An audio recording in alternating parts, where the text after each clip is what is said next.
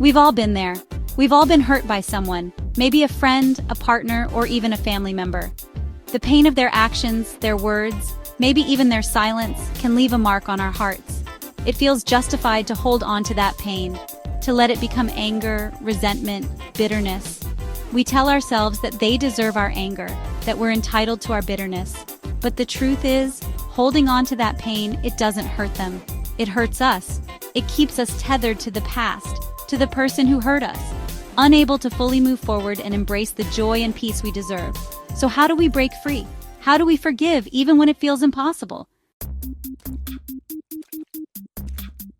For years I studied shame and vulnerability, and what I learned is that we often try to outrun our pain, numb it, or pretend it doesn't exist. But with resentment, it's like we build a prison cell around it, a steel cage right in the middle of our hearts, and we trap ourselves inside with it.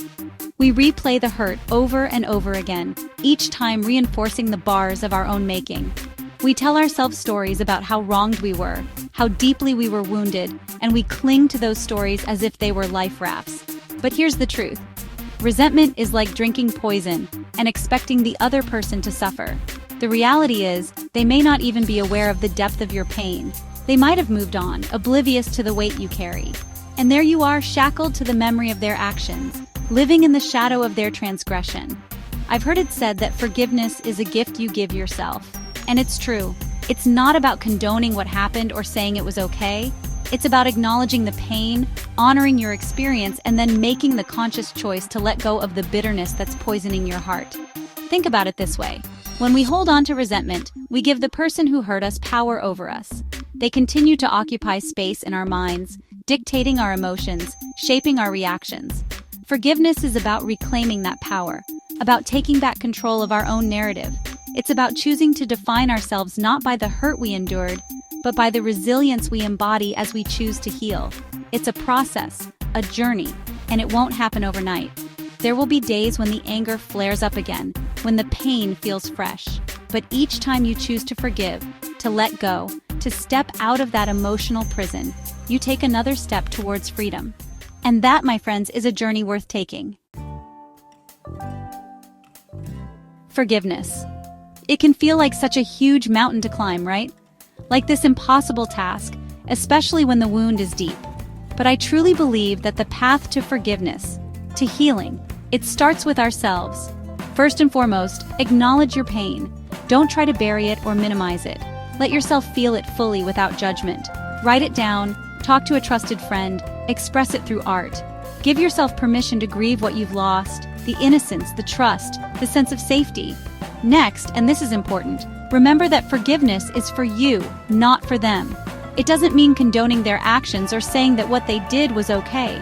It's about releasing yourself from the grip of resentment, about choosing to break free from the past and step into a future where their actions no longer hold power over you.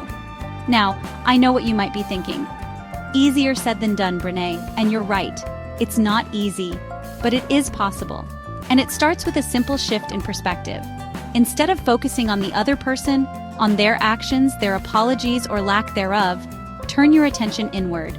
Focus on how you're feeling, on the weight you're carrying, on the toll it's taking on your heart and your spirit.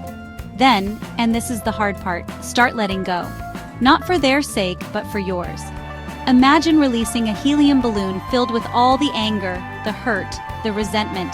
Picture it floating away, carrying that weight away from you. It's not about forgetting or condoning. It's about choosing to no longer be defined by the hurt. This doesn't mean you have to reconcile with the person who hurt you. You get to set boundaries, to protect your heart. Forgiveness doesn't mean opening yourself up to further pain. It means choosing to heal yourself, to reclaim your own story, and to write a new chapter filled with hope, peace, and yes, even joy. Forgiveness isn't a sign of weakness. It's an act of incredible strength. It's about choosing to heal, to reclaim your life, and to step into the fullness of who you are. I know it's not easy, but I also know it's possible. Because true freedom, true peace, it comes when we let go of the things we cannot change and choose to embrace the healing power of forgiveness. Have you ever found peace through forgiveness? Share your experience in the comments. And if this message resonated with you, subscribe for more content on